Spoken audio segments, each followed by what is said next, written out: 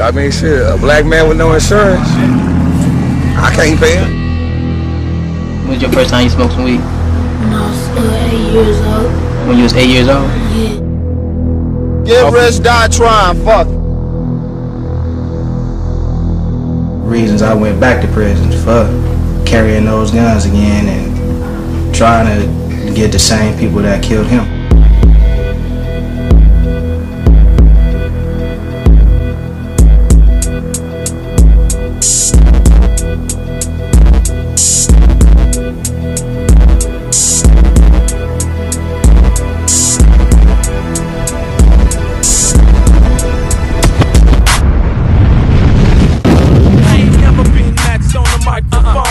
You got so many stars out here. Yes, it's on, like a game of Donkey Kong. I know I'm wrong, but I don't know right from wrong. Yeah, I'm wrong, arrogant like Allen. I throw my hands in the sky, reppin' F. Got shot down with 2 pistols, you know what I'm saying? 17 shots in his body, trying to run home.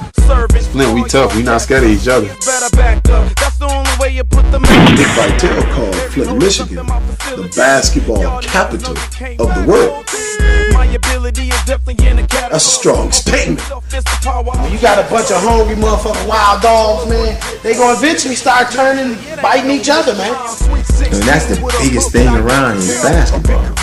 Football, baseball was good, but basketball was it. This guy only do one thing. He come to rob you, kill you. Everybody want to represent Flintstone name now. Flint basketball, because it's a tradition. It go way back to well before Glen Rice. It's been a tradition for ages here in Flint. Over the years, it just kept its reputation. We studied developing good ball players, so high school basketball stayed strong year after year. Based on the population of Flint, Michigan, and then you take the talent pool that comes out of it, there can't be a richer city of talent, basketball-wise, in the country. For some reason, it's like in the city of Flint, nobody wants to lose. When you on the court, you going all out. I put my money on me, first of all, because I know no matter what 5 I come with, we finna come to play anyway, you know what I'm saying? Egos. You can get anybody off any corner. The horriblest guy in Flint think he's better than any pro on TV right now or any college player. It's egos. That's the only way you could be out here. Ain't nobody gonna hand you nothing. Everybody think they the shit here. Everybody had an attitude that they're a superstar here. That's all it really is to do. I mean, you go to school, you play basketball, you wake up and you do it again. But we gotta have a time out. We gotta talk to them about the streets. Growing up in Flint, man, you gotta watch your back too, you know what I'm saying? I can see from here to the street on my little TV right here. Even though I'm in the hood, I gotta keep this with me too. Like I said, I feel safe in my own hood, but just in case the cat might want to take the little bit that I got. I'm talking about this sitting on my table is $100,000. We felt the opportunity to take it, so we took it. Like motherfuckers dying up here every day, left and right. You know, man, only thing boys got to do look forward here is getting fucked up every day. I don't use my money to buy crack. I use other people's money to buy crack. Cause we fucked it all up. Messing with that doggone crack cocaine, y'all call it. Now, you talk about per capita, the number of players that produce. Not many are going to produce more than they've done up in Flint, Michigan. Everybody want to represent Flintstone name now in Flint basketball because it's a tradition. It go way back to well before Trent Tucker and Justice Thigpen and Jeff Greer and Glen Rice. It's been a tradition for ages here in Flint. The foundation of Flint basketball started in our generation with the Glen Rices, the Jeff Greer, the Andre Rise, and those were the pros that we looked up to. They were the most successful. And then came the Monteen Cleaves of the Cleveland Cavaliers, the Morris Peterson of the Toronto Raptors, the Eddie Robinsons of the Chicago Bulls, and the next generation, which was Desmond Farmer, which was just elected by Utah Jazz, and Kevin Topher, who's going to make a major impact in the NBA one day. I guess it's in the water in Flint, man. Everybody grow up from 10 and under, 8 and under, 9 and under, whatever you play, Canusa. Everyone just grow up, because if anybody got a big name of playing, you want to play up against them and you want to beat them out, and you gonna know about them, and you want to test your game and your skills against that person. And that's all I ever wanted to do, was be the best person to ever come out of Flint, Michigan, playing basketball. At an early age, basketball is big and important in the city of Flint. From the age of 2 years old and on, parents are giving kids basketballs to play with. Everyone has a basketball hoop on their corners. These kids in Flint feel like, they so confident, so cocky, it's hard to, whether they the best or not, they think they the best. And to them, that's all that matters. My mind, no, I think I'm the best thing in Michigan right now.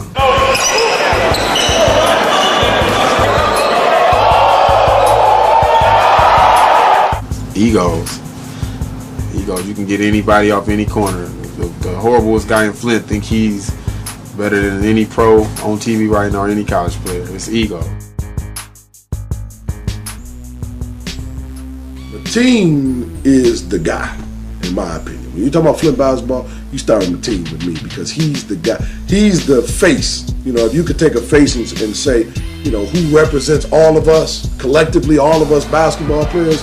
You may have cats hating on each other, whatever, but if you say a guy that can represent, the team can represent the face of Flint basketball experience. My team came from Gray Street.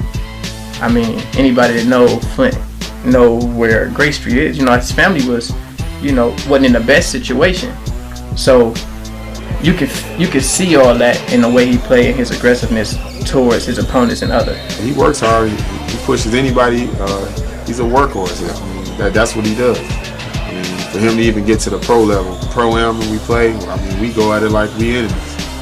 I go at him harder probably than anybody else I go at. My team Cleve's true leader, just a dog on the floor. His will to win, his drive is something that I have never seen totally come out of Flint, period. He got to Northern, there was a man among boys. He filled out. As I said, ninth grade, he probably came in at probably 6 foot. I don't know what his weight was, but he had to be close to 180, 190 strong. My team is a real strong dude. So, he just got to the high school level, man, with him, Antonio Smith, which 6'8", probably 250 in high school. Robert Smith, which defensive lineman for the Tennessee Titans. Should I have to speak on his size? Deontay Harvey, which is an athlete, can just jump and shoot the lights out the ball. They came in with a phenomenal team. You knew that was a state championship once they all got together. The team was phenomenal, high school player. My team went to the Nike camp and gave Mike Bibby like 45. That's Mike Bibby, and that's what really skyrocketed his high school career. Dude was just like amazing, man. People didn't understand how good this dude was at an early age, and people still don't understand, but they will eventually. Once he get that proper opportunity in the NBA to showcase his skill and his leadership, it's gonna be a big thing.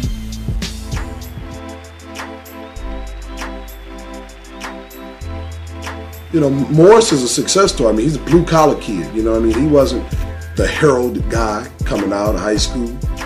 Even his first couple of years, he wasn't the guy, but at the end of the day, it's kind of surpassing all of them. Mo Pete was a good high school player, but he was better when he got to college, and he realized, like, hey, I got to do what I got to do. This was going to set me down, He was tough on it, but he made him a better player. He was better in college and in the pros than he was in high school. I think Morris Peterson, that time, my team Cleve's was a lot tougher than Morris Peterson. I think Morris, his identity wasn't there yet. He didn't have his identity yet. Morris Peterson, he always had the knock of wasn't a great high school player, was soft, those type of things. Now, my take on it is that you look at the average Flint player, they're grinders, they're real physical, and they're strong. Some with a lot of skill, some with not a lot of skill. Now, when you get to Morris Peterson, you're talking about someone with a lot of skill that doesn't have to do all the pushing and shoving and talking and scraping, doesn't have to make all the face expressions and talk a lot. It's real quiet. And You know, Morris Peterson was one of the few to come from, you know, a mother, a father. My father's a principal, a school teacher. So he was brought up right. Not saying that he's not urban, he's not from the hood, which he is. He's come from N-Dub, but he had a better foundation than a lot of the kids, so he saw life a little different. But when he got on that court, come on, man, dude was for real. People used to get on him, you don't do this, you don't do that. Dude can step past half court and let it go. Whack. You know what I mean? Wasn't a lot of people that can do that. The last person that was shooting like Morris Peterson in high school was, I say, Glen Rice and maybe Trent Tucker. He's a phenomenal shooter. And for him to go through all the riffraff pushing a whole bunch of, he made the game real simple.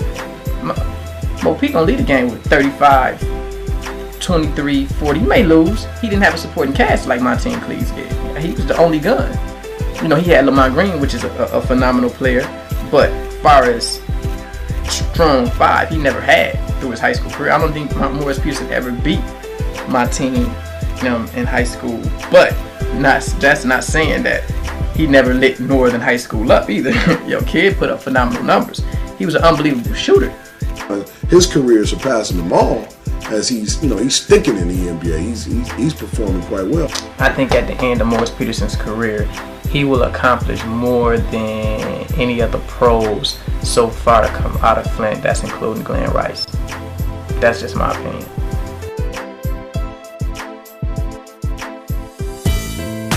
The one thing you're going to get when you come to Flint is you're going to get kids that aren't scared to play. And when you go on that national scene, you're playing against some of the best players, guys that they've read about, guys that they've read about in school sports or Slam or Sports Illustrated or seen on they show SSI or something like that. These are guys that they're going to have to face.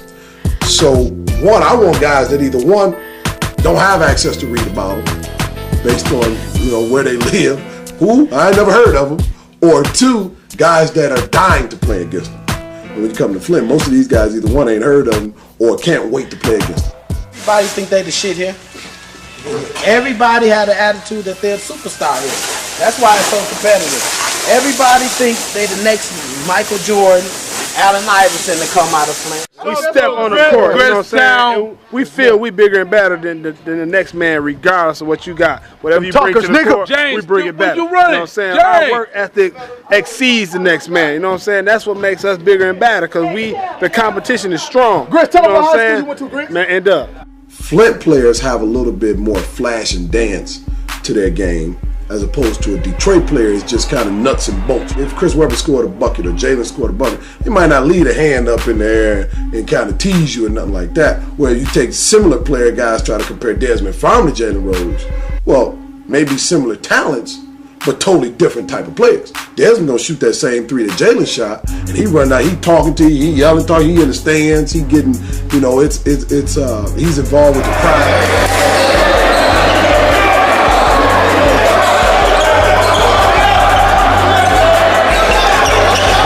Flint, we born with nothing. We have nothing. There's not a lot of money here. There's not a lot of opportunity. So basketball is all we have. So we ain't gonna let nobody take what we have away from us. We're hungry. One of my favorite gyms was Pearson Gym. I mean, a guy got killed in there one morning, arguing about a car. A guy came back in there and shot him one morning. There, years, and that was one of our favorite gyms. Burston, Fieldhouse. Got ran out of there. Guys coming in there with guns, arguing about a car or money, whatever. I mean, it's probably countless times since my younger years. A lot of drama in those gyms. We still tend to go back. Just the love for the basketball. I mean, this Flint, we tough. We not scared of each other. See, I postponed graduation to give y'all mental emancipation, because you can make a living off a master's degree and still be living by the slave master's decree. You shook, because ain't no such thing as halfway crooks. Always an open gym, but never open books. See, I'm just a reflection of you, and at one time I was protection for you, but now I point protection at you and show no affection towards you. Our ancestors once hung from the same tree. Now I might kill you because we don't come from the same street. Kids always want to pretend. You always want to pretend something. cops and robbers. When you growing up, cops and robbers. You know, Indians and cowboys. Something. Kids always want to pretend something. What do they have here in Flint to pretend? Basketball. That's it. Or drug deal on the corner. Once you have a basketball in your hand, people sort of cater to your needs if you skilled, and everything comes easy. So once that's taken away from you, it's kind of hard. It's another world out there when everybody's not giving you yeses and okays and basically laying out the red carpet for you. And then once it's taken away, it's like it's hard, you know. People not wanting to get up and go to work for 30 years and be hurting and messing with workers' comp like our parents do. So, you know, it's only one thing to resort to. It's either music or the drug game. The community is just flooded with drugs. So a lot of people that grow up in Flint, when you don't have something to do and we out there hanging in the streets, man, you know, even though a lot of us are athletes, a lot of us, you know, smart, intelligent, we get caught up in the game, you know, drugs and wanting things, you know, shiny things, the good things that, you know, everybody is entitled to, but it's the way we go about getting it. And by the drugs being in the community, we see, oh, that's my fast way to get that shiny car, get that jewelry, or put money in my pockets so I can have everybody look at me and have the females and the women. So drugs, man, definitely. Yo, so why is it that majority of the people that don't make it in basketball end up on the street selling drugs? Because they already was poor in the first place. So when they don't make it, you know, they only can go for what they know. That's the streets, you know? Right, but then the other point is they already popular, so they get the sack. They ain't gonna have no problem grinding. Right. Keeping that same money. Right. You got that popularity and get that sack, you gonna sell whatever you sell. Then, you know, they gotta provide for their mom. They might have a little sister, brother, or you know, older mother, father at home, and they gotta still bring in the bread in some kind of way. I don't condone selling drugs, but you know, that's the American way right now. They say it's more to life than basketball, but all I see is the hood. They tell me not to look up to the dope man. Well, who else is it for me to look up to? Only people I see positive coming out the neighborhood is NBA players. So I understand, when this ball stop, I'm gonna be back on the block, or either dead or in jail.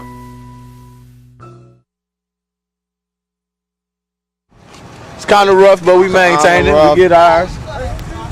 How you get yours? We do. Niggas get popped in the club. It's we barbecue. We out here eating. We barbecue. We hustle up a little bit. You know, that's all. One day we'll get rich. Getting by, basically. One day we'll get rich and own our own store or something. Get rich, die trying. Fuck it. Oh yeah, we got the good wings on there, you know.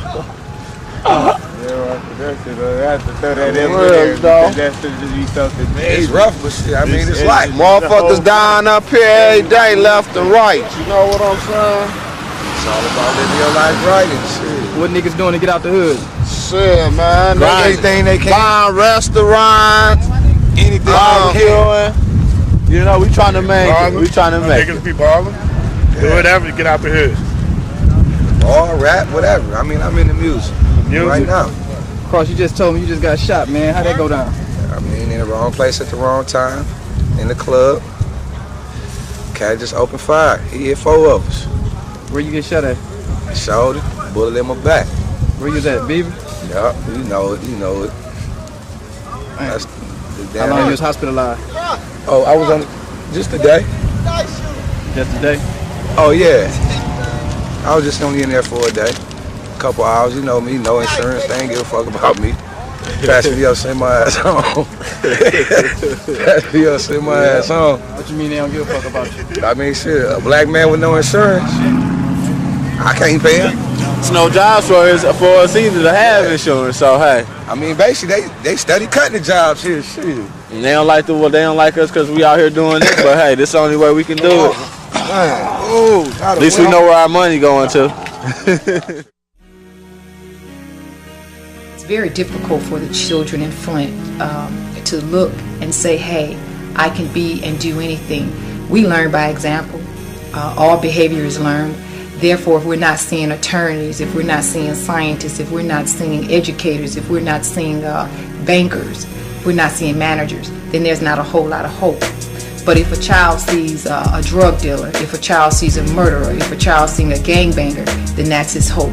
And that's what he identifies with. You get a youngster, 19 years old, riding around with a truck, he probably put $25,000, $30,000 off into the truck.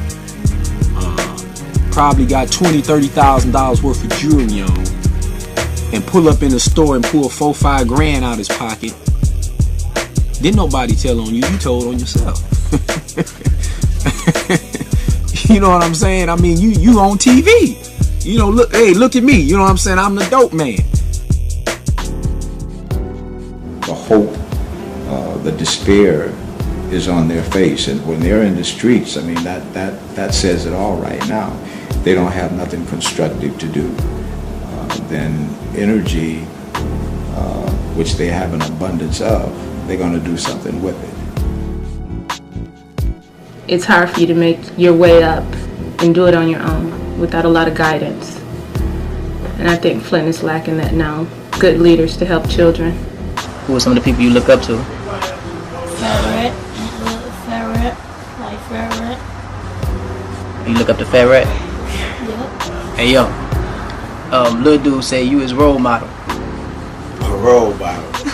Hey, got your ass all up guard, didn't it? Yeah, that was an uppercut. I didn't expect that. When I'm in the hood, his father, he don't have no father at home. It's just his mother. He the oldest boy, so he don't have no man figure in his life. So only man figure in his life is the guys in the hood. You know, they the only ones who care about him when he ain't got no coat. Niggas in the hood, and he up buy him a coat. You know what I'm saying? Cause he ain't got no coat. You know, he out here walking around with no jacket on in the wintertime. Cause he don't want to feel chatty cause the coat his mama can't afford. So he walking around the whole winter with no jacket on. So all the fellas in the hood, they got a little pot together. Let's get the little nigga coat. They came up through what we call the crack era. You know what I'm saying?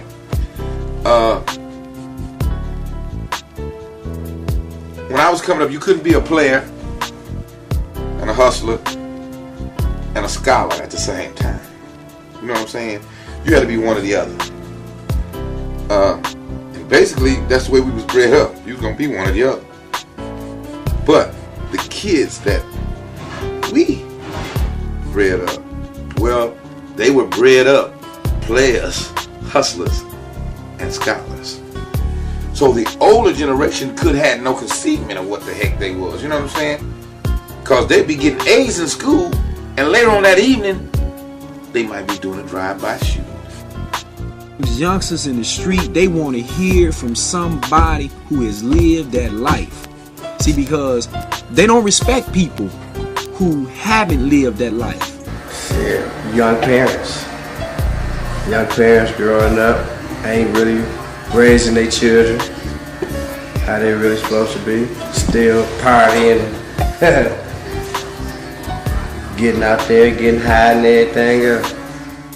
Your mother know you smoke? No, not weed, cigarettes.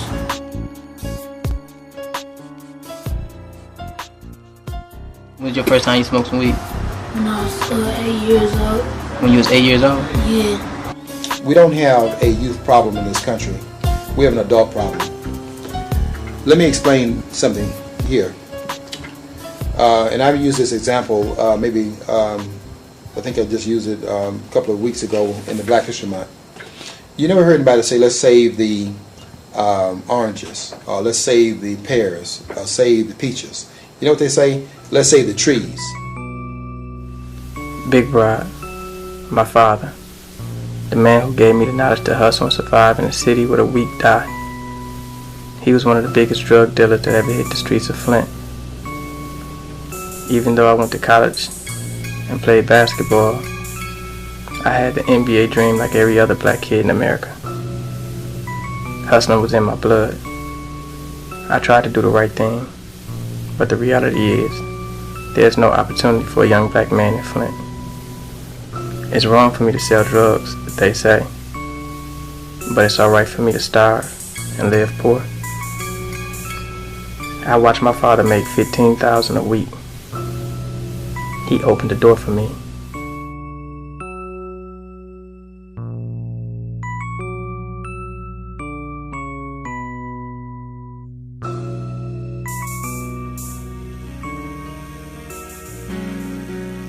It was funny because one of my friends told me that finally one day he said, you know, you're my boy, man. He said, I got to tell you, I was supplying your son when y'all was over on Fairhaven. And I looked at him and I said, so what you saying, bro? I was slinging dope in my basement on Fairhaven? And it kind of, I don't know, it was kind of intriguing in a sense because I thought that my dad didn't know, which was crazy because, I was blasting. And here he is blasting in my basement, next generation, and I didn't know, you know what I'm saying? I guess that's a change, that's the change. I think that I was a little better than my dad. And I think that my son's a little better than me. You know what I'm saying? But that's okay. I'm okay with that, You probably say your parents did it because of your environment. You're around everything, you know what I'm saying? What you see, your people, your family, everybody, is involved. You always got somebody in your family that's involved in something, Of course, it was bred in it because his mama was, she was a hustler. I was a hustler. The old brothers from back, it's pretty easy to just get the nature of the beast in you, But that doesn't mean, that you have to be. You have the nature of it in you. But that doesn't mean you have to use it. Growing up in Flint, man, you gotta watch your back too, you know what I'm saying? I can see from here to the street on my little TV right here. I got one in the back of my room too. Somebody ever try to come in on you? Yeah, I done had somebody try to come in on me before. I handled it though. You handled it? Yeah.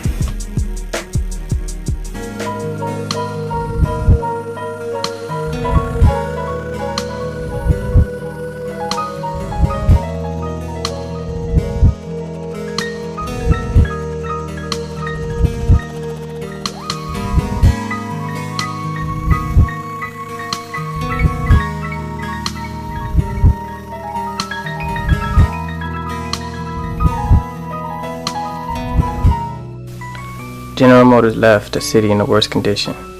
With a population of 100,000, we lost 60,000 jobs.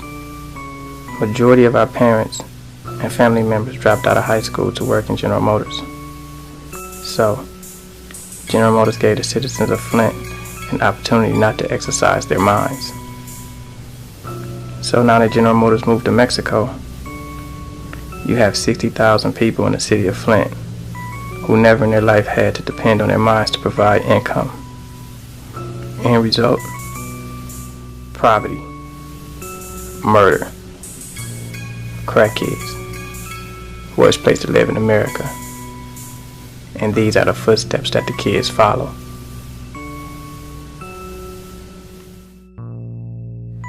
I think that when I was growing up, GM, it was the honeymoon period, and GM, we had 2 cars in the garage. I had full dental health care, that sort of thing, and Flint was thriving. But like a long-term marriage, GM left and found a mistress and did not compensate the first wife. And that's problematic, and I think that's what you see as a result in Flint, Michigan now. But I think that this is kind of happening across the world with globalization, and I think we've got a whole major corporations responsible for the repercussions and what they're leaving behind. They can afford it, and we've got to start making them make an investment. Just like if a husband leaves a wife after 25 years of stay-at-home mom, we have laws in place that say you have to compensate her for her investment. So I think we have to do the same thing with major corporations. The media, especially with rap music, have told the story of Compton, California for many years. So my kids always thought, because their father's from Compton, that Compton was a pretty tough city. And when they saw the city and the condition of the city of Flint, they realized that Compton is a pretty nice place to live in comparison to Flint. And that's a pretty sad commentary. And you become set to a custom of living. Flint ain't always been poor the way, they got us labeled down as the poor. It was a spot that was booming with jobs, people was migrating here. So when you become set to a custom of living, that's all you know. So, and then them jobs ain't here that you became accustomed to no more. So now the only jobs here for the people who need the job is selling dope to the people who got jobs. That's the only job it is for the youth around here, to sell drugs to the people who got jobs. The crack cocaine came out with us. See, we abused y'all. See what I'm saying? We abused y'all because we took all of the money, screwed it up, where y'all couldn't wear nice clothes. Y'all couldn't get, some of y'all couldn't get to college. Some of y'all couldn't get nothing. Because we fucked it all up. Messing with that doggone crack cocaine, y'all call it. You can do it in a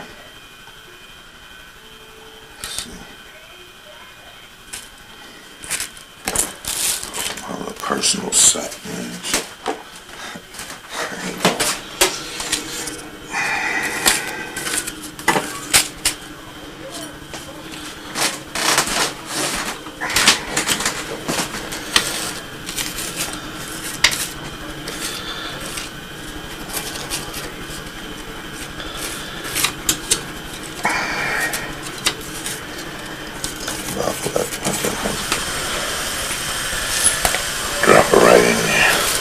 When I do this, I'm cooking off all of the impurities. See what I'm saying? I'm cooking off all the impurities. This sucker's going from ready to drop that little stuff a little of that shield water on it. That cocaine is in a, it comes in a, it starts out, from that plant. It starts out in an oil. Oh. Now you done brought it back to that oil. Oh. See, all the impurities is gone. So now, shit, you smoking raw dope. You see what I'm saying? I ain't done this in so long. I quit doing this mess years ago after I realized what it was doing to my body. This is the one that put the pimp out of business. How I put the pimp out of business? Cause, you know how I put the pimp out of business? Cause a motherfucker, see when I was coming up, hell, I was getting head in high school. Most brothers didn't know what head was till they was, damn near married. But when this here came out, and the girls got addicted to this, shit, $5 to get you a damn head job. So them hoes that they had out there on the block, if they got a hold to it, shit, they didn't give a fuck about the pimp. They had to have it. They wanted this here. You know what I'm saying? So a brother couldn't pimp no more. So this was pimping them. This was pimping the girl right here. You know what I'm saying? It's done. Couple of seconds. Couple of seconds and she ain't kill for him. Okay.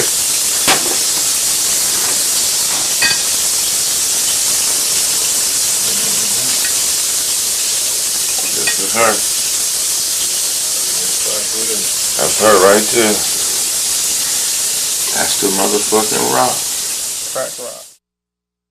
First thing y'all think when y'all see me is, damn, you big as hell. How come you don't play no ball? Because when I was working on my jump shot, I got tired of hearing gunshots. And even though basketball can make the mansion's door unlock in the hood, a lot of kids are saying step pops to their real father. Now we just want to shine.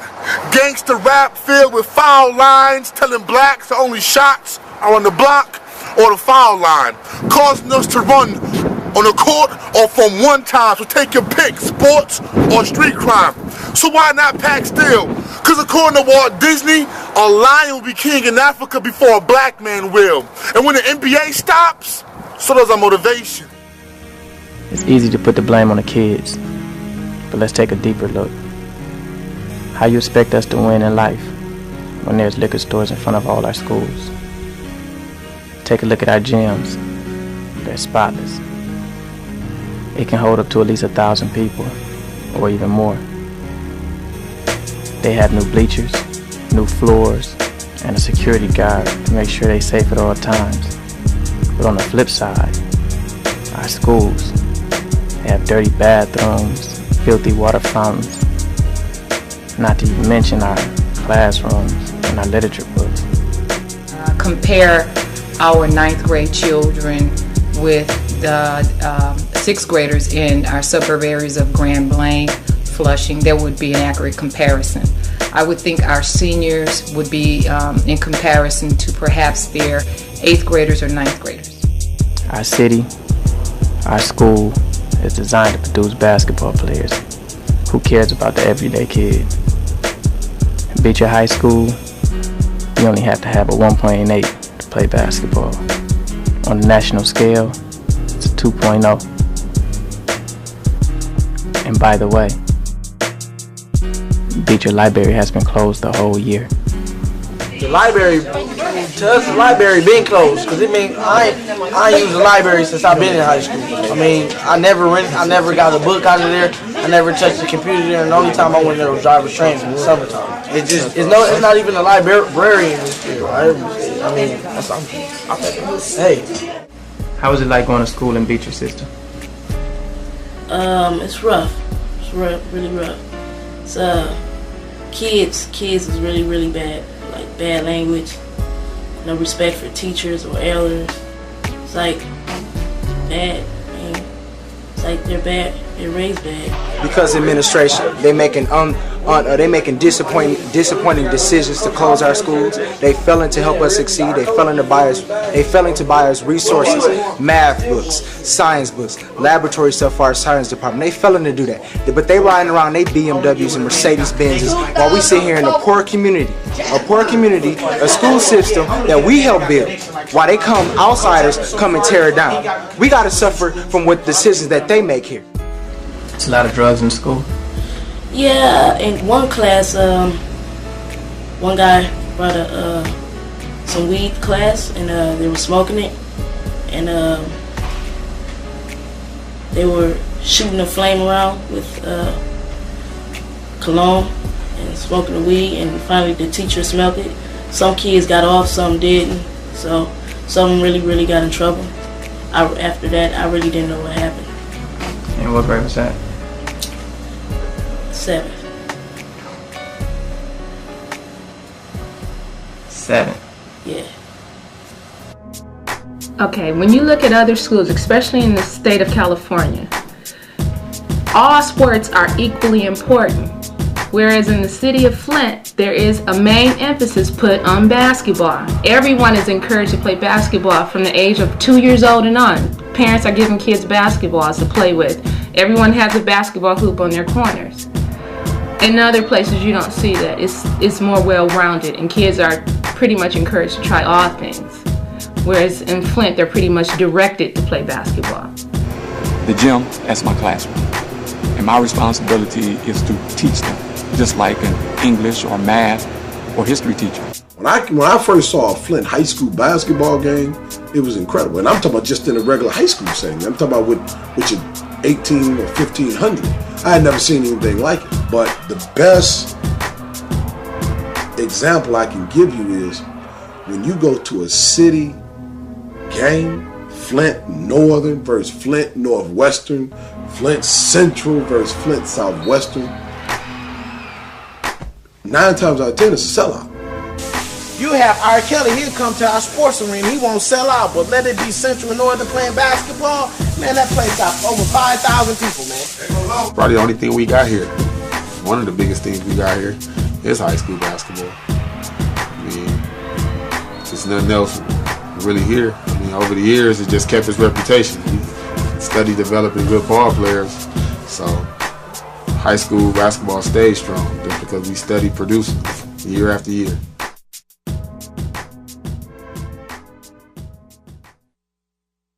He was the highest rated one ever to come out of Flint. He just dominated high school, man. It was no comparison. Got all the accolades, just Mr. Basketball, National Player of the Year. I mean, I think what top 5 best player in the nation. The highest rated one ever to come out of Flint. He was actually the National High School Player of the Year.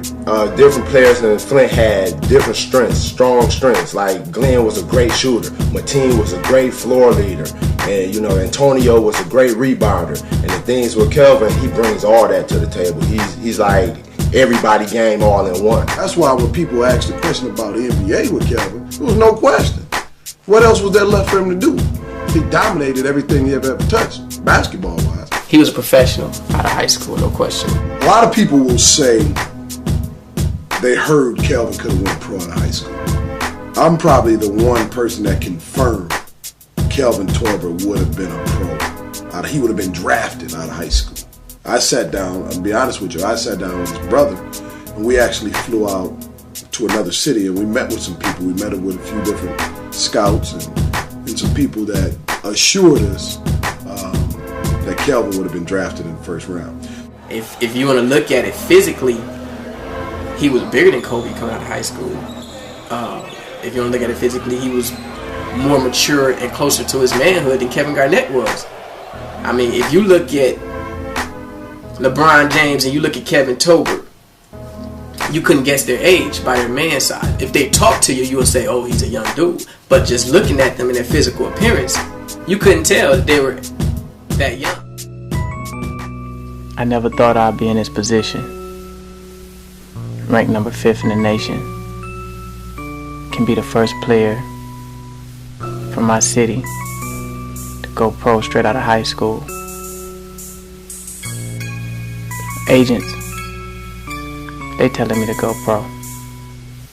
Family, they telling me to go to college. I'm only 17. It's a heavy decision.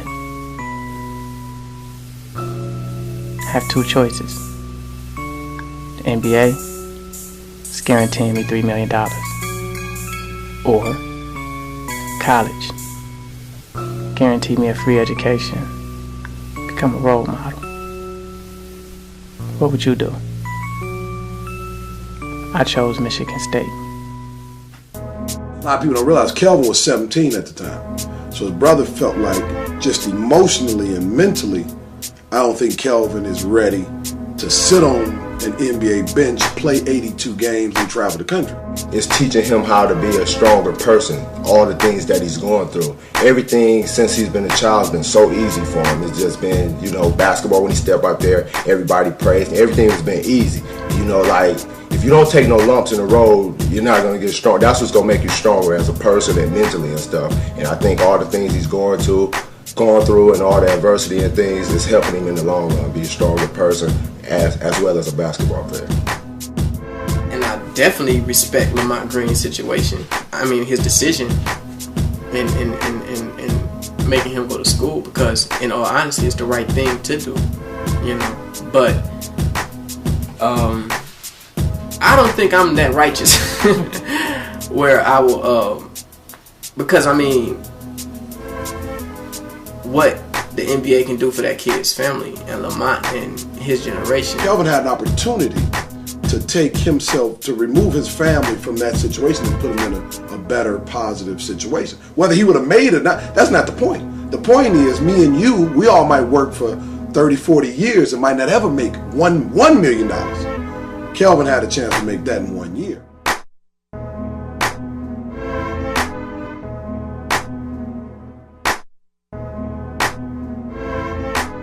Jason, freak of nature, I mean, literally a freak of nature athlete. It's freak of nature.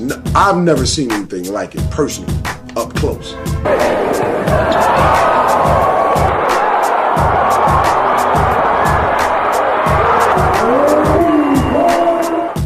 And I remember going up to Jason and he was talking about this. He was being interviewed about this actually about a month ago.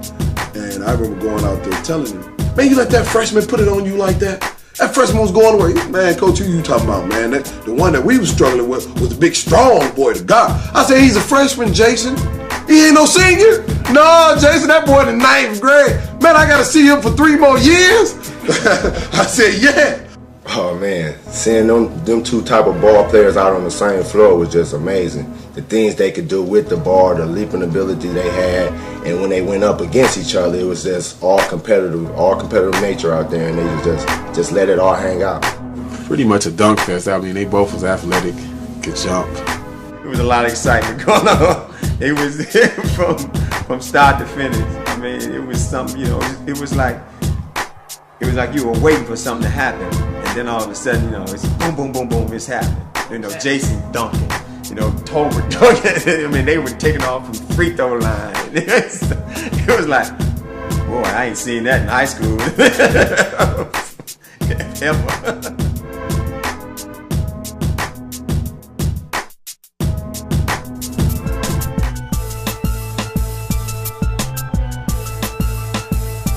He's one of the most emotional players that I've ever been around. I mean, this kid, from the time he walks out on the court in the warm-ups, it's all about emotion to the time that, you know, the horn goes off and the game is over. Heart, his confidence is there. His confidence never adjusted. His confidence has always been on level 1 to 10 to 10. His confidence never dropped. I mean, you couldn't tell him he's not the best player playing basketball right now, and he still feels the same way. I think that took him a long way. A lot of people get confused by him, about his emotion. I think, I don't know if this was the reason, but last year Desmond was the second leading scorer in the Pac-10. Didn't make all tournament. I mean, didn't make all league, all conference. He didn't make all Pac-10. and part of that, I think, was because Desmond, he'll shoot a 3 in your face and then tell you about it. And tell the coach, you better get somebody out here to check me. I'm about to heat up, man. This guy can't check me. I'm about to drop 30 on him tonight, coach. So a lot of people, you know, mistake him as a bad kid. He has a tattoo, so they might think he kind of thuggish or whatever. But he's a great kid, sweet kid, one of the nicest kids I've ever been around. Plays with just so much emotion. You know, plays hard, hates to lose, and will come at you. Dez's thing is, you know, he live and die with that 3. He really does. He's strong going to the basket. But his biggest thing is, I mean, recently this year he drops 40 points on Arizona. And I think he had about 8 or 9 threes. Dez lives with that 3 ball. That's his thing. I'm going to shoot the ball. I'm going to shoot it until my arm hurt. That's what we said. Dez, one thing about Dez, he ain't going to be shy about getting any shots up. He'll shoot it until literally his arm starts hurting. He going to shoot that 3 ball. That's Desmond Farmer. Dez, you know what I'm saying? We came up as youngsters, and he had that determination when he was little. Despite all the animosity a lot of people in Flint had towards him, he took that and channeled it into a passion for the game instead of a passion for hatred. You know what I'm saying? He channeled that passion, and that's what got him to where he is today, sitting right down here now, waiting on his name to be called. You know what I'm saying? He's waiting to be a millionaire. How many people can say that they was waiting to be a millionaire? You know what I'm saying? It ain't about rolling them dice. It ain't about playing them card tables. He's sitting there waiting to be a millionaire, cuz. He's sitting there. Atlanta Hawks. Atlanta took Roy Ivy. You don't want there. Never hold up it. You don't want there. Never hold up Roy Ivy. With the 38th pick in the 2004 NBA draft, the Chicago Bulls select Chris Duhon from Duke University. What about the 26th pick, Sacramento? He get drafted. We gonna hear his name called tonight, guaranteed. I'm telling you that right now. That shit gonna happen. I mean, my agent already told me, you know what I'm saying, don't be juiced about being 26. I already know that. When you walk in that motherfucking gym, walk in that gym, Dez Farmer. I'm walking that motherfucker, nobody else. Walking that motherfucker, the same Flint motherfucker you was at them workouts. I'm busting your ass. You ain't shit to me. You's a bitch. You got drafted me before me, but I'm finna let these motherfuckers know it was all some politic bullshit. You ain't shit. Give me 2 weeks, and I'll be in your spot. I ain't tripping, man. I'm straight. I know that. But I just want to, you know, we don't get to have too many fucking, you know what I'm saying, heart-to-hearts. Yeah, so I just wanted to come out, man, and do that. I'm cool, though. I'm straight, man. Let me go. I'm yeah, just go have a good time now. We all on good time now. You know, he a little nervous right now. He a little nervous. He don't know where he going. T5 show love to everybody from so, you know what I'm saying? So, he going through a thing. I just wanted to talk to him, make sure he's straight, brother to brother, love to love, keeping it real. Do it.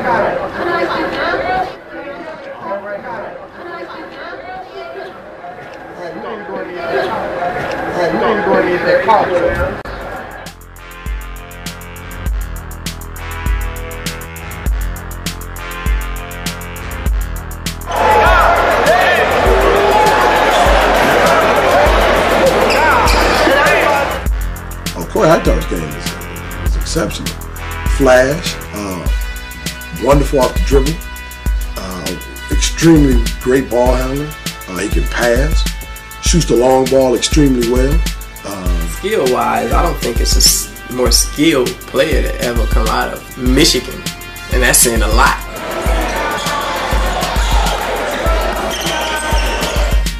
Skilled player, very skilled player. Probably on pro level with the McGrady's, Kobe, skill-wise. I mean, I just, off the top of my head, I can't think of anyone in this era, you know, that can handle the ball like Corey, you know, has shown that he can handle the ball. He's phenomenal. Phenomenal specimen. I done seen him destroy pros left and right. You can't guard him. It's almost impossible to guard Corey Hightower. When he at his best, yeah, I put him against anybody. I had encounters with their coach down at Mount Zion. He'll tell you to your face. You know, he said it nationally that, yo, he have more skill. He's just as good, and if not better, than Tracy McGrady at that time. Not saying right now. At that time. On the skill level, I think he's probably the most skilled player I ever coached, and that's including Tracy McGrady. I think he was probably better, but it was just that the money was behind Tracy McGrady at the time, and then Tracy McGrady was a senior, he was a junior, and you know, so he had to deal with that. But it's also that Flint mentality again. You know, who want to take second to a person that they think they and feel that they better than.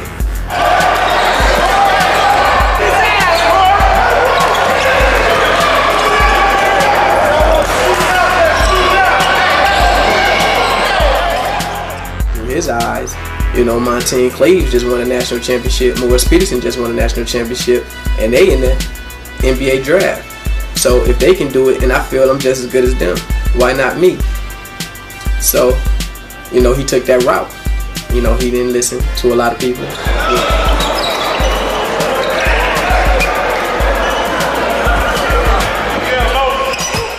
Which he was drafted by San Antonio. Traded to the Lakers, and just didn't pan out. You know, a lot of people say his attitude. A lot of people say he just was in there. You know, they thought he was. You know, which that's just that Flint swagger. I think. You know, but I think it's still. You know, once you're on that level, you have to play by their rules. You know, and you know it's the doorway if you don't. And I think that's what happened. I mean, because it couldn't have been skill wise. I mean, he was young at the time. I mean, maybe 19, 20, and drafted by the Lakers, and maybe he was overwhelmed from that. And I think just the aspect of being a pro. Possibly could have been the best, people say. I probably would say.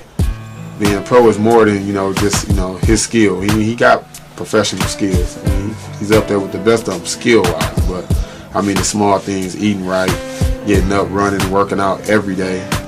With a trainer, lifting, just the small things, being a professional.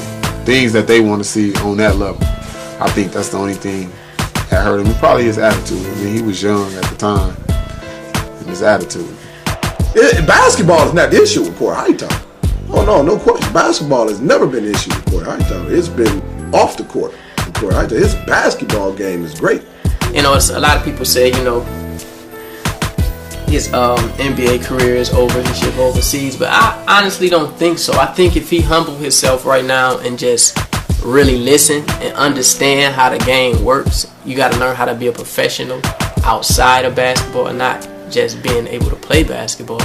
But I mean, you look at Jordan, he didn't have to be humble for nobody, but he was, because he understood what makes a superstar. If you're not humble, man, you're not accepted by the people, you're not accepted by the fans, you're not accepted by the players, you're not accepted by the coach. I don't care how much talent you have, if you're not accepted by those people, it just don't work.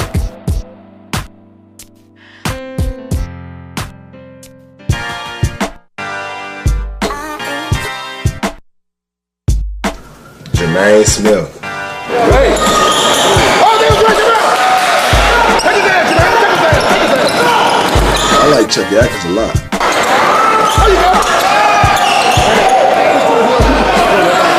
Jason Richardson.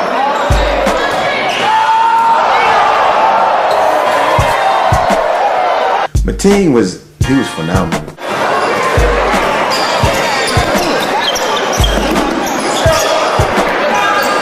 Michael Curry. Corey Hightower. That's Hightower's setting. I mean, that pro-am he lives for that pro-am. I mean, I look at him like, George Gervin in some ways, when he gets in the air, the stuff the moves he made. I mean, he's so exciting with the ball. I mean, he can handle the ball, he can shoot it, he can pass it. He's a highlight reel. Like I say, this is Flint. When guys from Flint see different guys, especially pros, coming into the city of Flint, our home, trying to play ball, that's when our guys just take it up another notch. Take him, Jermaine. Every time, take him. Jermaine, go to the matchup. Jermaine was really demolishing a lot of the players that was, in the city. Few pros that used to come in, as far as Eric Snow, just various pros to come in the city. But this was one pro, Chucky Atkins, been lighting people up throughout the pro-am, and this was the first matchup that him and Jermaine had. So everybody was waiting on this. A lot of kids in the gym, a lot of drug dealers, all the thugs. It was crazy. It was a crazy environment. First play of the game, Jermaine come down, cross. I'm across, went to the basket and got a layup. Just something to loosen them up. But then Chucky Atkins come back, pow, between the legs, layup. Everybody going wacko. It's going crazy. So Chucky come down, three-pointer, bam. Jermaine come back down, three-pointer, bam. They really going at each other. Jermaine jump up in his face. I started it. I was just looking forward to the challenge. Run up on him, picking him up full court. Come down, Jermaine come down one play. Get ready to shoot. He smacked the ball out his hand. Throw it back out of bounds. Jermaine catch it. Three-pointer fade, out of bounds. Two players in his face. Wow! And that's what started it. Jermaine jump up in his face. Flint Town, bitch. Just to let him know I'm out there. I'm going to be out there for the whole game. Just to let him know that. It was a real crazy matchup. He's a lot stronger than you thought. He could take the bumps. You could tell he played with pros. He could take the bumps. He could take the contact. That surprised me most because he looked wimpy, really, to me. I feel like I won the battle. I had more points than he did.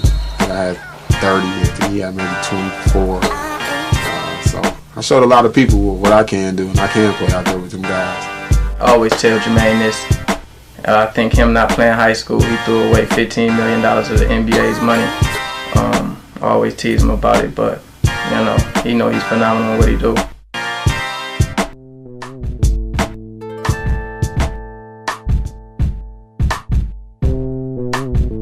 The pro-am is awesome. I think it's good for the city. I think it's good for the kids, especially the younger kids, because it gives them, especially in Flint, it gives them something to want to emulate, something to strive for, somebody to emulate, and something to strive, for. Especially because the guys that play in it now, most of the older guys don't play in it. The older pros don't play in it anymore. But the new group of guys, the younger guys, Mateen and Kelvin and Morris and Charlie, those guys are good citizens. They're good people. And that's great because, their character also shines when they're playing. Now, they're tough and they go out and they may talk a little stuff, but when the game is over, they always spend 15, 20 minutes messing with the kids on the stand, or if they come to the game and prior to their game playing, you watch my team, kids just, know, he like a magnet. They just want to be around him. They just want to sit with him. I think that's good for the city of Flint.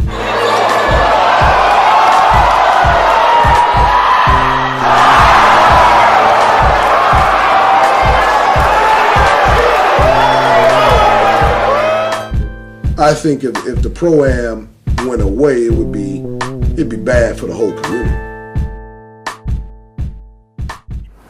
We too stubborn to talk our problems out like W.E.B. Du Bois and Booker T. Washington did in the Great Debating. Is it our fate to be a thug? And when was the last time you gave your boy a hug? Yeah, when? So you don't know because you're too busy hugging the block and hugging your revolver. And I bet you that hug question wouldn't seem so gay if you were getting hugs from your father. Your man locked up right now, wishing he could be alone. He take a shower, talking about he ain't trying to work no minimum wage job, man, so holla. But if hustling don't kill you, by the time you get out of jail, you gonna wish you get that $6.50 an hour. This street's hurt. I know cats who stay in the block for a week straight and every day wear a different Rest in Peace t-shirt. And can you explain your customer base and how it affects your clientele? Well, the customer base, we do a lot of family reunion. We cater to a lot of the schools and churches and different organizations and small businesses and stuff like that. That pretty much would make up maybe about 5 to 10% of our business. But between 90 and 95% pretty much come from the memorial shirts. And it's sad to say, but really that's really where the majority of business really comes from, is from tragedy. As you can see, a lot of the t-shirts that are up here are memorial t-shirts. Even one here familiar with a familiar face. Guy that I recently knew that was living here in Flint, well-known guy, Jamar Lee, that was brutally and tragically killed here in the area, that was basically just mangled, arm, legs, just beaten to death and everything, just massively left in the trunk, at a nightclub basically here in the Flint, Michigan area. I mean, it was a tragedy. I mean, real hard to take, and just one of those things that's going on, and all the young people here in Flint are almost getting adapted to the type of things that are going on in the city.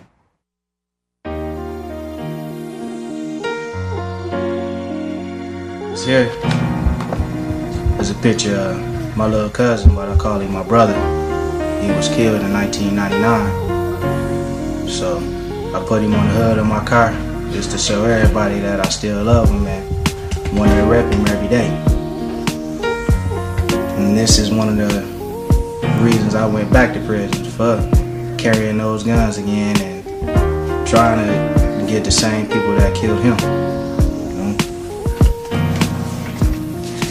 Some more things I want to show you, man. As far as growing up in Flint, I gotta take one of my homies' heads out of this shot. But these is the type of licks we done did. Came up on money. I'm talking about this sitting on my table is $100,000. Had my girlfriend crying in the living room, wondering what we did. It's like that around here. We felt the opportunity to take it, so we took it. Hey, if you don't believe me, I wish you can be here to see it. Count them ain't ones. Them is hundreds and fifties up there. I got another picture of Jules and a picture. A picture of I can't exploit him like that, but another picture of us counting money on the table and things like that. But this is one thing I want to show you that I don't want to see no other kids in Flint have, man. And that's this basic information sheet from Michigan Department of Corrections, man. And this here reads for my second case, carrying concealed weapon. Now I got caught with 2 guns and a bulletproof vest on, a pocket full of bullets. I ain't had no little guns, I was ready, man. You know what I'm saying? Then down here describing what I went to prison for. The first 5.5 years, man, was reads murder in the 2nd degree and felony firearm during that time. This is something, man, as I keep this paper, man, I'm gonna show my kids when they get older, just so they'll know what their daddy went through, and I don't ever want to see them holding up something like this, man. Real.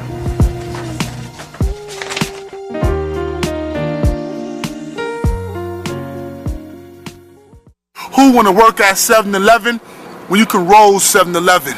I sit back and watch the news at 11, and I got the hood blues because young dudes is making the news at 11.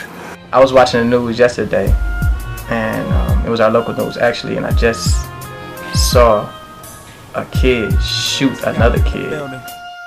A 10-year-old can get a gun, a 9-year-old can get a gun. But on a cold December night, while armed in their self-proclaimed war zone, Anthony and his friends learned just how real playing with a gun can be. I asked him to give me the gun so I could play on the camera with it again. When I started playing with it on the camera, I cocked it back and I shot it.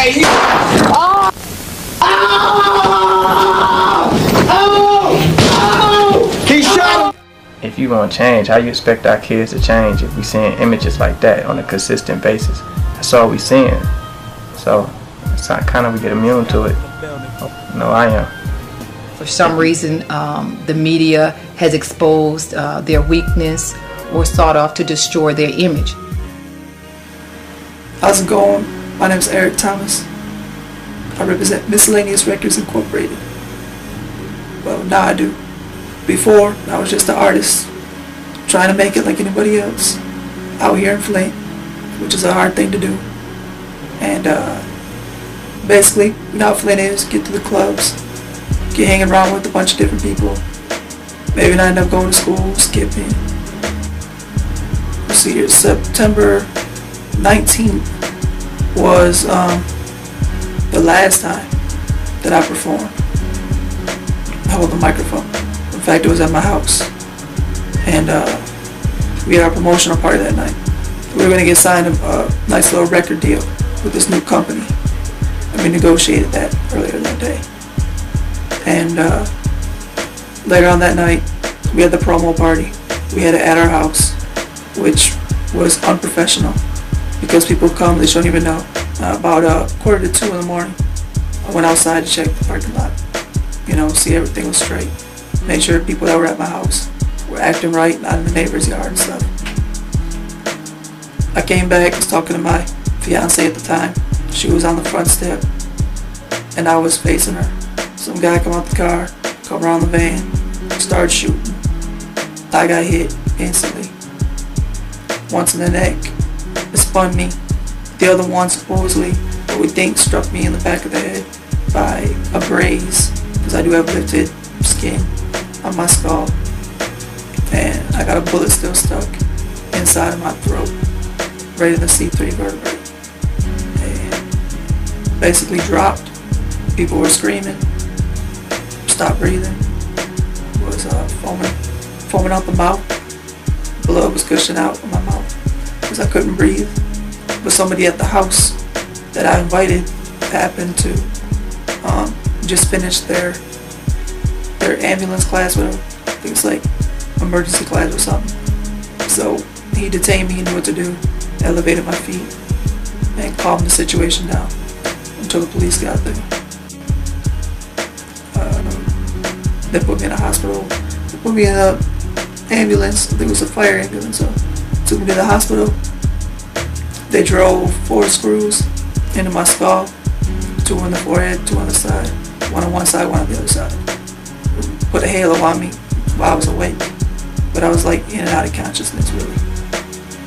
About 5 o'clock in the morning, I saw my mom, I saw my stepdad, I think my stepbrothers, people that were there but didn't really know what was going on.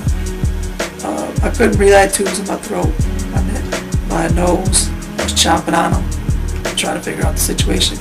Plus I couldn't move either. Start singing. Birthday to you. Happy birthday to you.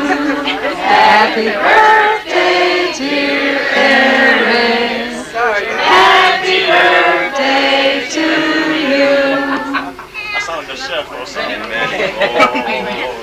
What? Oh, Mama? Should we hold it up to her? Okay. Yes, sir.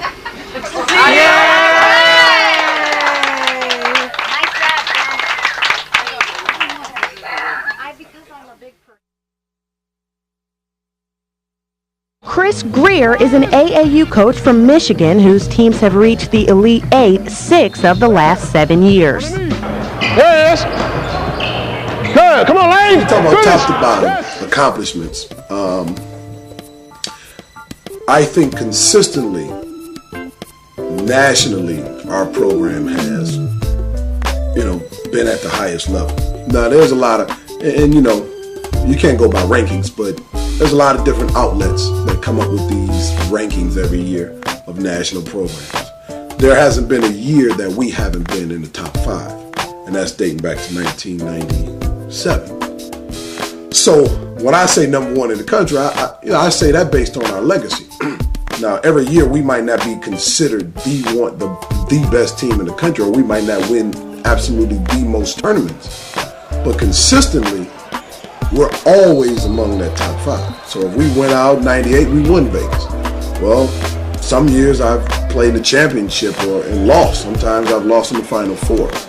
But no team consistently has been at the highest level like the Michigan Hurricanes. That's what I would say that. And then just every year we have, an All-American player. We have, 1 or 2 guys that get an opportunity to participate in the Round Ball Classic, which is the original high school All-American game. It used to be called the Dapper Dan by Sonny Vaccaro. So we've had a guy playing that game consistently every year, and I don't think there's many programs that can say that they've done all the things that we've done.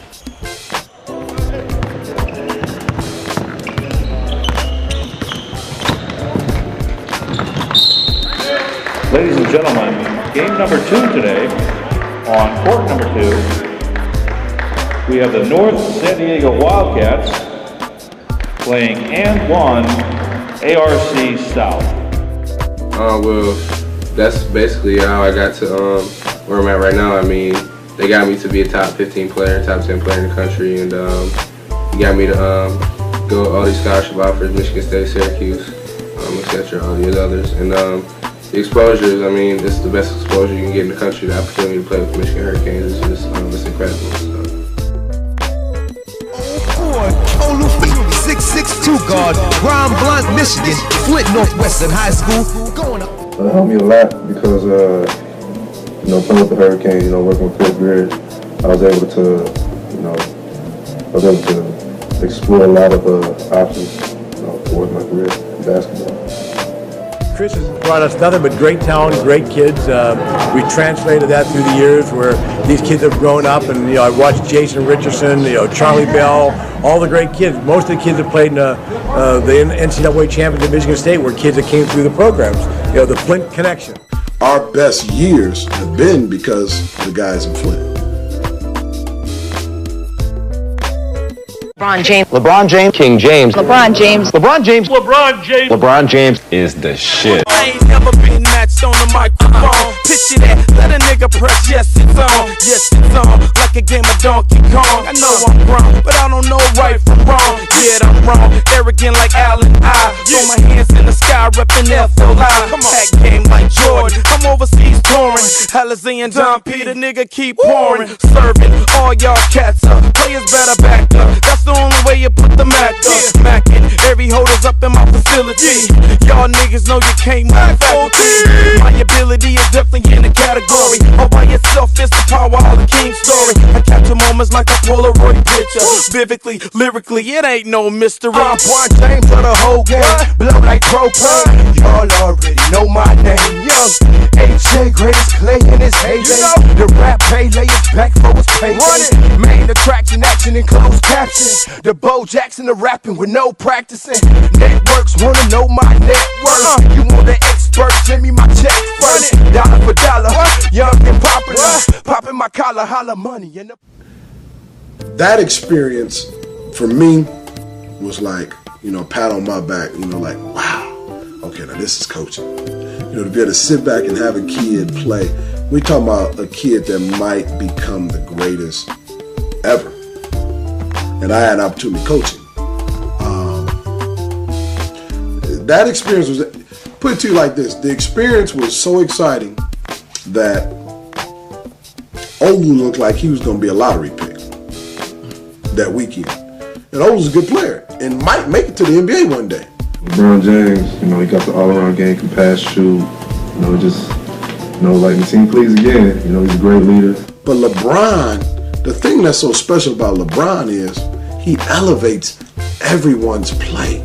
Well, you know, Chris Ben asked me when I was going to make an appearance on the Hurricanes team. And my last year AAU basketball, I was really undecided about what team I was going for and stuff. Please work out, please work out, please work out. Yeah, I wanted to play for him a lot, but I had my team back home, and I had to stick with them for a little bit. But when I found out they came in Cleveland, I had to put on that powder blue and white.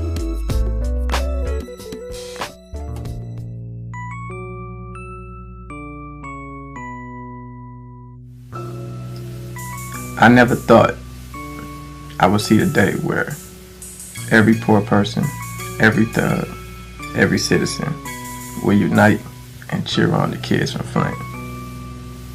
It was a day where you were proud to be from Flint. I knew deep down in my heart that Mo Cleves, Mo Pete, Charlie Bell, Jason Richardson will represent the heart and soul of the city of Flint. To be from Flint is an honor.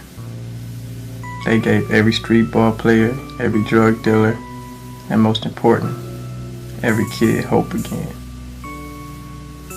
Winning that championship at Michigan State let America know we're here.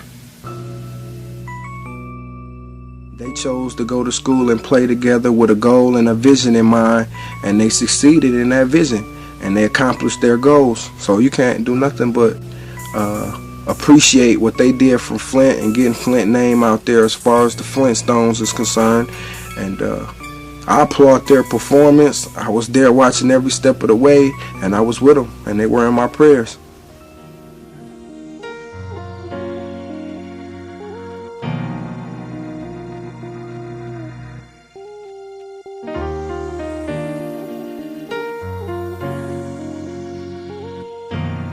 Lil Bra was busted with 8 pounds of weed, 6 illegal guns, and other minor charges.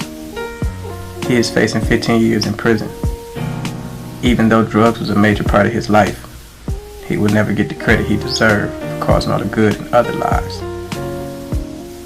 It was sad to see his father watch his oldest boy taken to prison, but his father knew the consequences of those acts. Going to prison is just part of the game. And only the strong survive. And Little Bra is strong.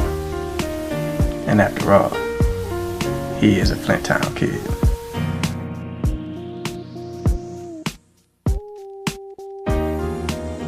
Even in high school, me and my boys' ambitions class. Cause they wanted to skip first class and live first class and try to drive first class. I mean, they would do anything to get the fast cash and then think about the day when the last shall be first and the first shall be last. And you'll finally see your boy for whom you used to pour out a little Miller Genuine draft. And before you can even ask, laugh, or give him dab, he gonna say it was all a dream, dog. The money, the cars and the clothes, it was all a dream. The drugs, the clubs, and the women, it was all a dream. But God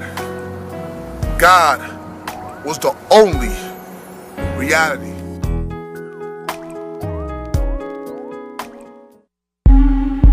Yeah. Nigga soda. Yeah.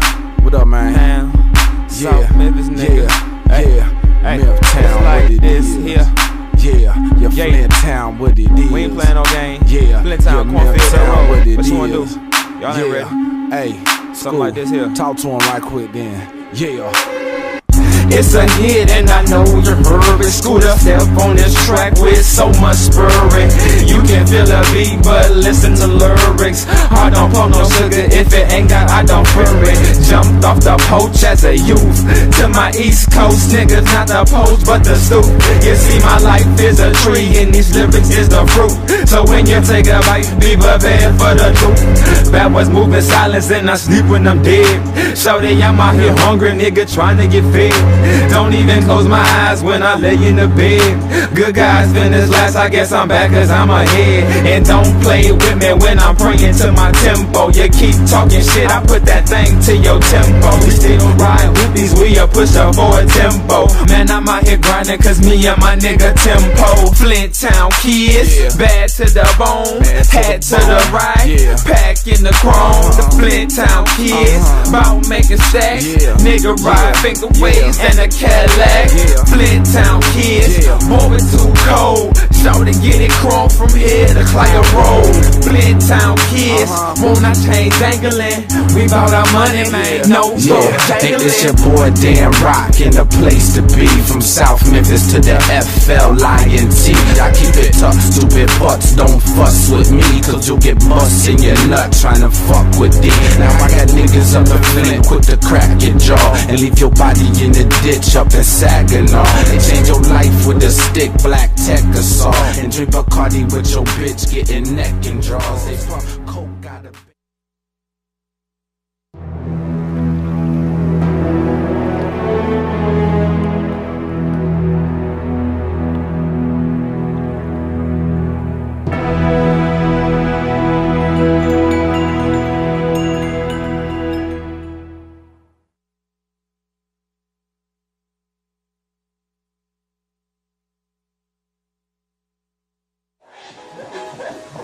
I feel it, yeah.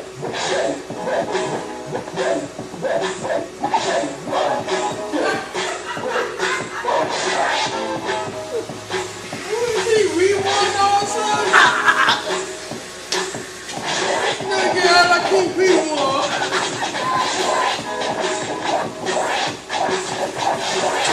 Oh, hell no, I'm gonna play this shit.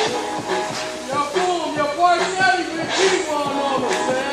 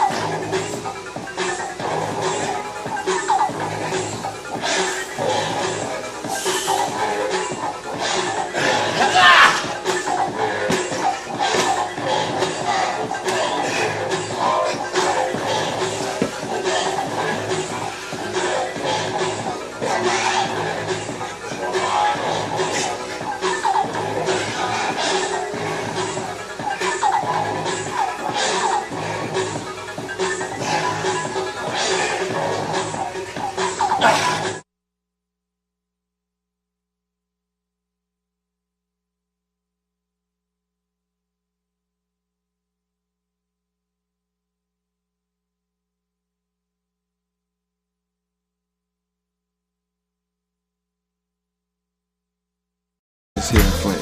Over the years, it just kept his reputation. He studied developing good ball players. So, high school basketball stayed strong year after year.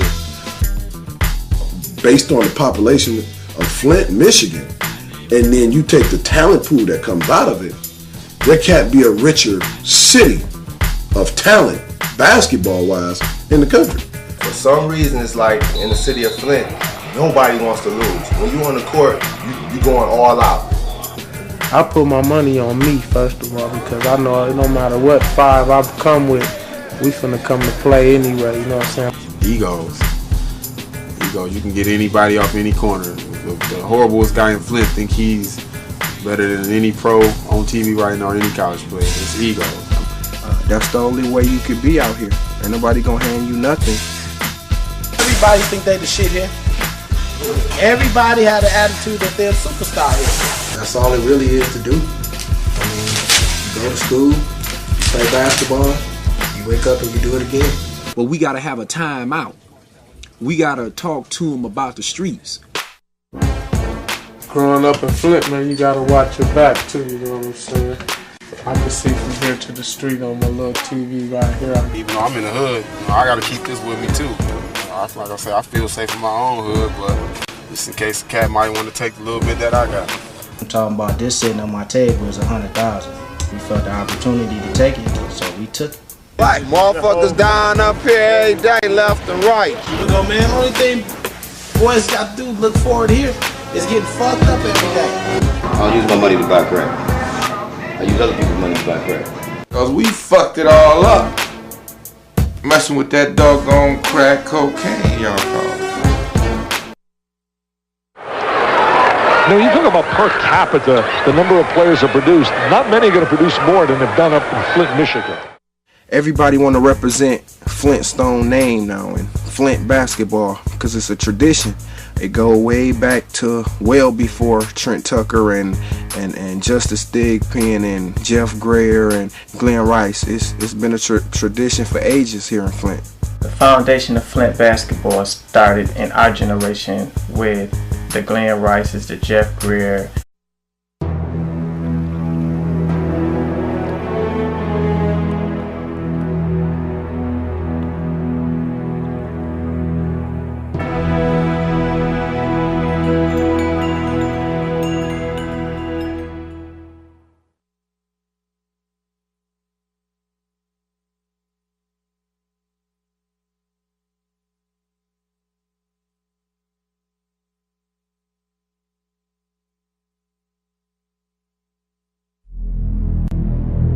I mean, shit, a black man with no insurance, I can't pay him.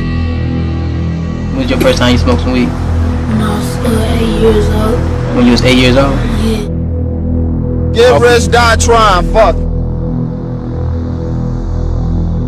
Reasons I went back to prison for carrying those guns again and trying to get the same people that killed him.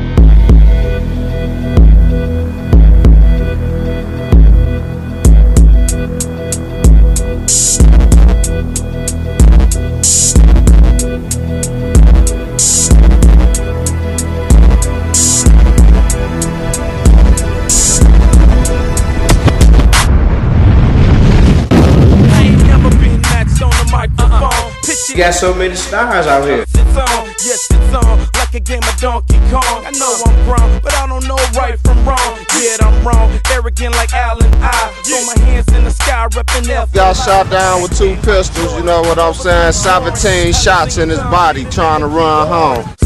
Flint, we tough. We not scared of each other. Better back up. That's the only way you put them Dick Vitale called Flint, Michigan, the basketball capital of the world.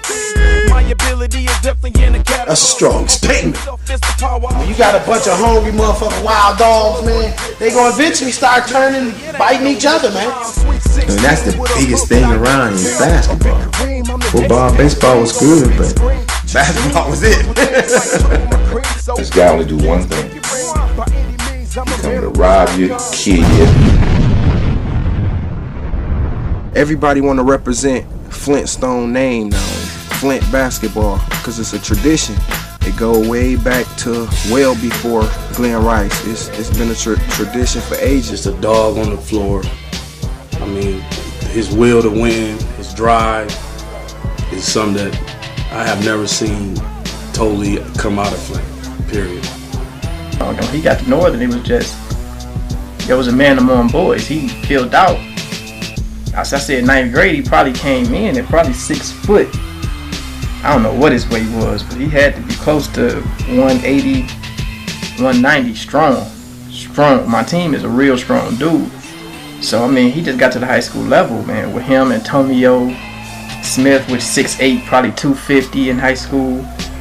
Robert Smith, which defensive lineman for the Tennessee Titans. Should I have to speak on his size?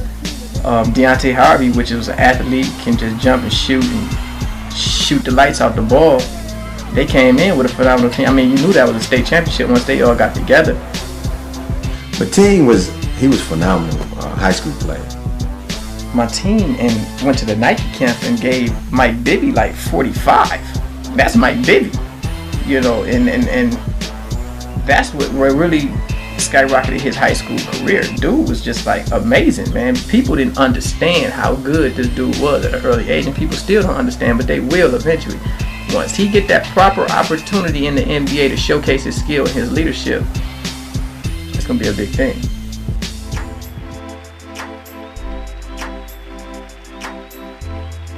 You know, Morris is a success story. I mean, he's a blue-collar kid. You know what I mean? He wasn't the heralded guy coming out of high school. Even his first couple of years, he wasn't the guy. But at the end of the day, it's kind of surpassing all of them. Mo Pete was a good high school player, but he was better when he got to college. You know, and he realized, like, hey, you know, I got to do what I got to do. Izzo's going to set me down, you know. He was tough on him, but he made him a better player. He was better in college and in the pros than he was in high school. I think Morris Peterson, that time, I think Martin Cleaves was a lot tougher than Morris Peterson. I think Morris, his identity wasn't there yet. He didn't have his identity yet. Morris Peterson, he always had the knock of wasn't a great high school player. Was the Andre Rison, and those were the pros that we looked up to. They were the most successful. And then came the Martin Cleaves of the Cleveland Cavaliers, the Morris Peterson of the Toronto Raptors, the Eddie Robinsons of the Chicago Bulls, and the next generation, which was Desmond Farmer, which was just selected by Utah Jazz, and Kevin Toker, who's going to make a major impact in the NBA one day. I guess it's in the water in Flint, man. Everybody grow up from 10 and under, 8 and under, 9 and under, whatever you play, Canusa. Everyone just grow up, because if anybody got a big name of playing, you want to play up against them and you want to beat them out, and you gonna know about them. And you want to test your game and your skills against that person. And that's all I ever wanted to do, is be the best person to ever come out of Flint, Michigan, playing basketball. At an early age, basketball is big and important in the city of Flint. From the age of 2 years old and on, parents are giving kids basketballs to play with. Everyone has a basketball hoop on their corners. These kids in Flint feel like, I mean, they so confident, so cocky, it's hard to, whether they're the best or not, they think they're the best. And to them, that's all that matters. My mind, no, I think I'm the best thing in Michigan right now.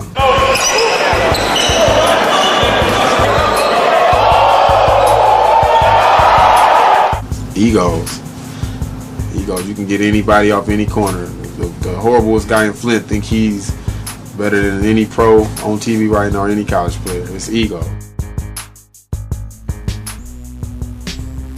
The team is the guy, in my opinion. When you talk about Flint basketball, you start on the team with me, because he's the guy. He's the face. You know, if you could take a face and say, you know, who represents all of us, collectively, all of us basketball players. Now, you may have cats hating on each other, whatever, but if you say a guy that can represent, the team can represent the face of Flint basketball experience. My team came from Gray Street. I mean, anybody that know Flint know where Gray Street is. You know, his family was, you know, wasn't in the best situation. So you could see all that in the way he played and his aggressiveness towards his opponents and others. He works hard. He pushes anybody. He's a workhorse. I mean, that's what he does. I mean, for him to even get to the pro level, pro-am when we play, I mean, we go at it like we enemies. I go at him harder probably than anybody else I go at. Martin Cleaves, true leader. Soft. Those type of things. Now, my take on it is that you look at the average Flint player, they're grinders, they're real physical, and they're strong. Some with a lot of skill, some with not a lot of skill. Now, when you get to Morris Peterson, you're talking about someone with a lot of skill that doesn't have to do all the pushing and shoving and talking and scraping, doesn't have to make all the face expressions and talk a lot. It's real quiet. And you know, Morris Peterson was one of the few to come from, you know, a mother, a father. My father's a principal, a school teacher. So he was brought up right now. Not saying that he's not urban, he's not from the hood, which he is. He's come from NW, but he had a better foundation than a lot of the kids, so he saw life a little different. But when he got on that court, come on, man, dude was for real. People used to get on him, you don't do this and you don't do that. Dude can step past half court and let it go. Whack. You know what I mean? Wasn't a lot of people that can do that. The last person that was shooting like Morris Peterson in high school was, I say, Glen Rice and maybe Trent Tucker. He's a phenomenal shooter. And for him to go through all the riffraff pushing a whole bunch of, he made the game real simple. Mo P gonna lead the game with 35, 23, 40. He may lose. He didn't have a supporting cast like Monteen Cleaves did. He was the only gun. You know, he had Lamont Green, which is a phenomenal player, but far as strong five, he never had through his high school career. I don't think Morris Peterson ever beat my team in high school, but that's not saying that he never lit Northern High School up either. Yo, kid put up phenomenal numbers. He was an unbelievable shooter. His career is surpassing them all, as he's sticking in the NBA. He's performing quite well. I think at the end of Morris Peterson's career, he will accomplish more than any other pros so far to come out of Flint. That's including Glen Rice. That's just my opinion.